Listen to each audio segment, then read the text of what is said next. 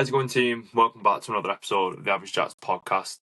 So, if you caught last week's episode, which was a review in the year of 2024, but a review in the way of looking back and listening to the podcast and going through a certain section of question that I always ask guests on the podcast of what 3 habits would they recommend to everyday people and why, and how that has been sort of beneficial to their success or personal development, etc.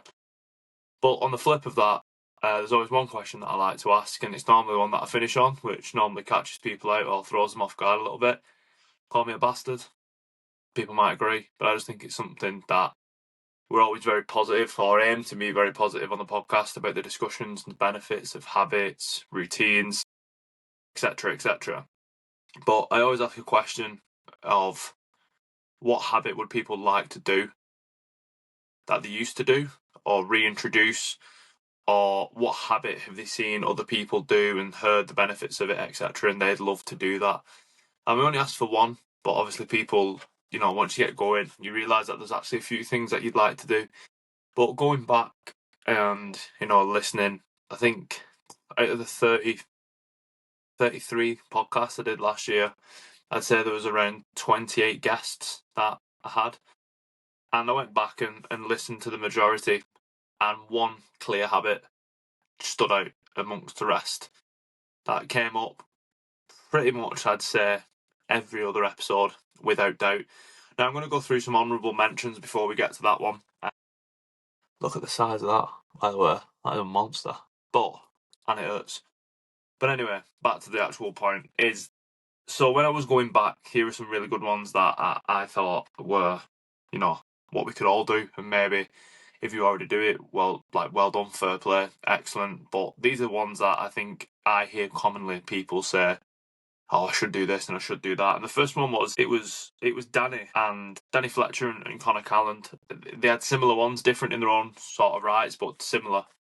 And Danny was saying that he wished he would introduce work blocks more into his daily life to give himself more routine. Danny said he was guilty of overworking, which is not uncommon as to a lot of us and what we do.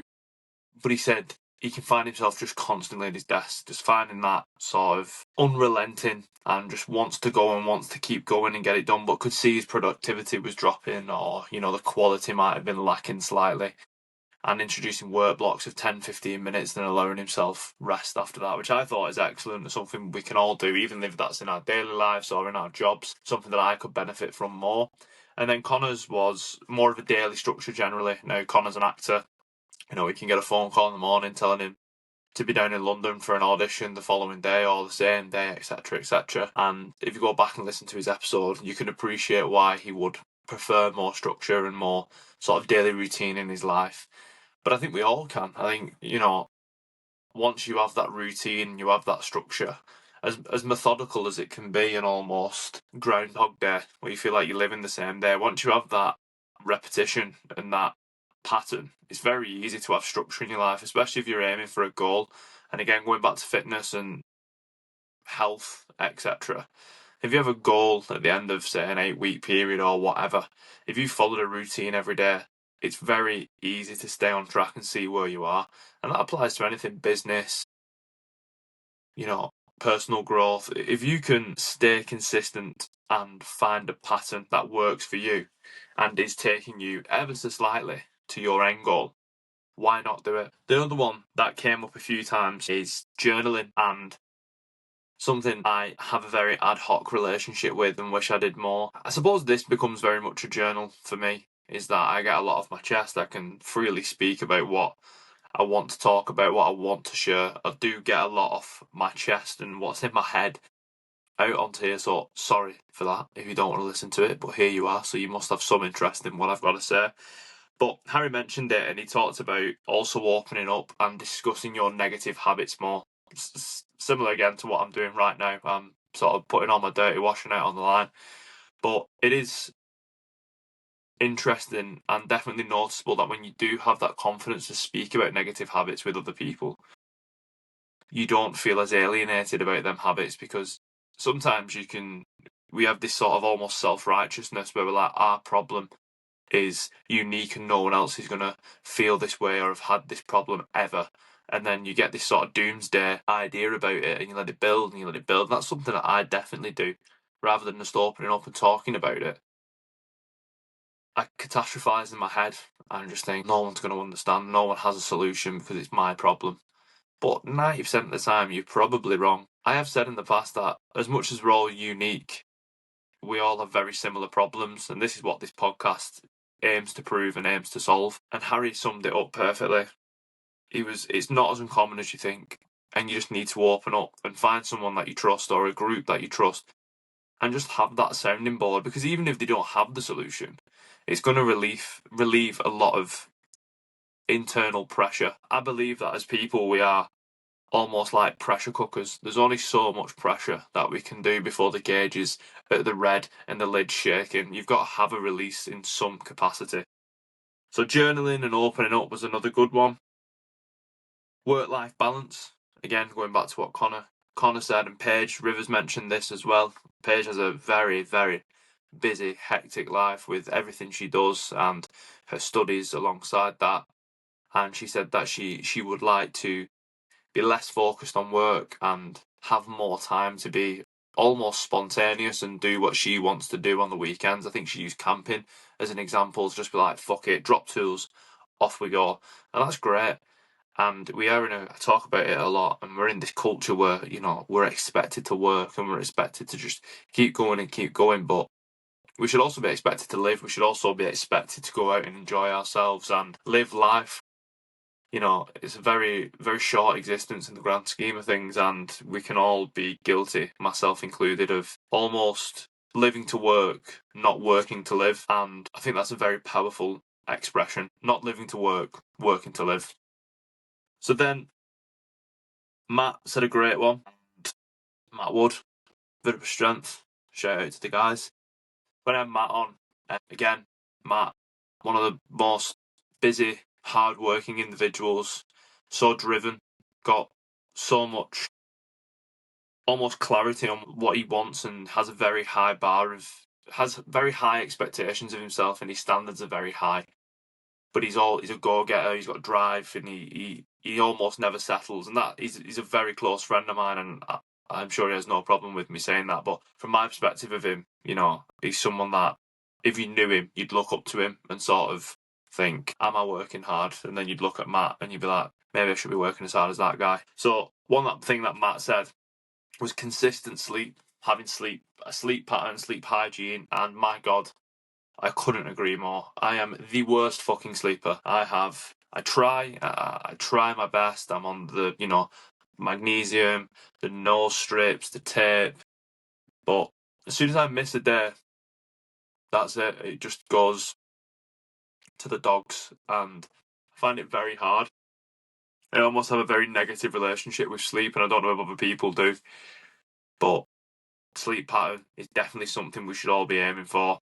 But phones and these things, they're addictive, and you get that dopamine, and you just find yourself doom scrolling and going through, and then you look and it's like, fucking hell, it's 12:15. What am I doing with my life? There's some people like my better half who can do that and just switch off, go straight to sleep, which I loathe. Like, nothing pisses me off more than people who just have the ability to just sleep. Fair play to you. I only hate it because I'm jealous. So another one that was, before we get to the big one, another one was waking up early. And this come up probably second most. Second most? Is that even good English? Probably came up, yeah, second most. Let's go with that. Who knows? Before the main event. And I do get up early. Majority of the time, like 5:15, 5:20. You can call me, one of them 5 a.m. club guys. I don't care. I think it's great. I think that book as well is a big inspiration as to why I do that, and I recommend it to anyone. But there is a significant difference in my day when I don't wake up early as to when I do. And now I'm not saying that if I feel shit and I feel like my body needs the sleep or the rest, or if I've slept shit, I'm not stupid. I'm not gonna force myself up at 5 o'clock. I think we should prioritise sleep and prioritise rest and recovery over getting up early. But I think once you get them sort of nailed down and marry them together, that waking up early is just, it feels like a cheat code. And I remember what I was saying to Anna when Anna brought this up, is that the most productive and probably, the best version of me that I can remember. And I feel like I'm getting back to that. I'm not blowing my own trumpet, but, disclaimer, I feel like I am getting back to this, and getting up early is one of them key reasons why. But when I felt like my best self, it was definitely because I was getting up early. I was training as soon as I got up. I was home before, 7:30. I'd showered, I'd ate breakfast, and I'd be off to work. I'd done all the hard shit first. All the hard shit was out the way and done. And then the day was mine, you know. And I can't recommend it enough. Even if it's like 6 a.m., if you get up at 6 a.m. and you're in the gym or you're doing what you need to do, your meal prep, your housework, if that's done before, you go to work or whatever the rest of your day looks like, and the evening is yours, well, that's honestly, I couldn't recommend it enough. And I think for me, out of all of them, that's probably the one that I would say to people, try.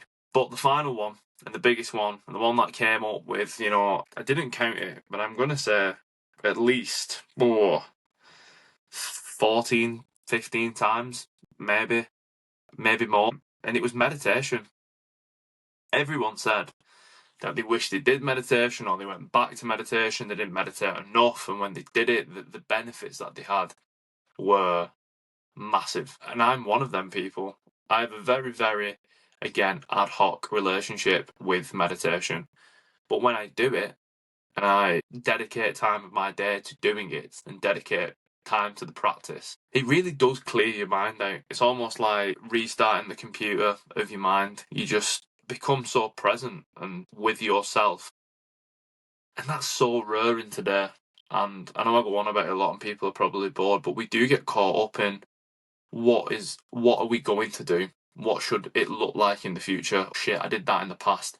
This is what I did. I'm sort of living by my past mistakes, failures, decisions, and worrying about, God, what have I need to do this by this age? I've got this coming up. But when you meditate, you become present and you forget either side of that and just focus on how you're feeling. You learn to, pick up signals in your body. You can almost feel where you're carrying your stress, where you're sort of, I know this sounds stupid saying like your aches and your pains are, because you know where they are, but you can sort of connect it more and feel preemptively where you're at. And that sounds mad, but I think it's a sensation you can only experience meditation. And again, it's not this hippy dippy bollocks where, I mean, it can be, and that's fine if that's how you practice it and that's how you benefit from it, then you do you. But for me, it's as simple as sitting in a chair. And Joe said this, and again, last week I referenced Joe a lot, but Joe said this, it's just a case of sitting in the chair, sitting up in your bed, putting your hands, on your leg, crossing your hands, and just breathing, and just focusing on the breath, focusing on staying present, not letting your mind wander, but if it does, bringing it back, learning how to control that. And if all these people are saying it, I'm not saying I've had hundreds of guests on and this, that, and the other, but I've had, like I said, a lot of people on from a lot of different walks of life. And the most reoccurring thing that people said, I wish I did this, or I wish I could introduce this into my life to make my life better, my daily routine better, was meditation. And that can't be a coincidence. I don't think it can. Obviously, you may think I'm wrong, but, by law of average, there must be some benefit to it. There must be something that people are getting from meditation. So yeah, maybe I've missed one that, you've listened to the podcast and you thought was the one that was for you. And if I have, please let me know in the comments. Please let me know down below. If it's one that I've not mentioned and, it's one that a guest hasn't mentioned, let me know down below. I'm always looking for recommendations and talking points to get through. But a very quick one from me today, recapping another aspect of last year. I know we're getting toward the end of January now, so this is a bit late in the day, but I always think it's good to reflect on not the negatives, but where we can be better and where we can progress. So yeah, check out them episodes. They're all there for you to listen, for you to watch. And thank you very much for joining me today. Shout out to Viribus Strength, the sponsor. As always, check them guys out. www.viribusstrength.co.uk. Use Average Jack at checkout. Get yourself a discount, get yourself some of this quality gear. But yeah, Average Jack at checkout. And head over to my website, www.jackmckeenan.co.uk. Check out a bit of the book, check out a bit of the newsletter, the blogs, where we're up to, where you can find me on social media. But yeah, enjoy the rest of your weekend, enjoy your week, enjoy your day, enjoy your night, whatever you're listening to at this point. Peace.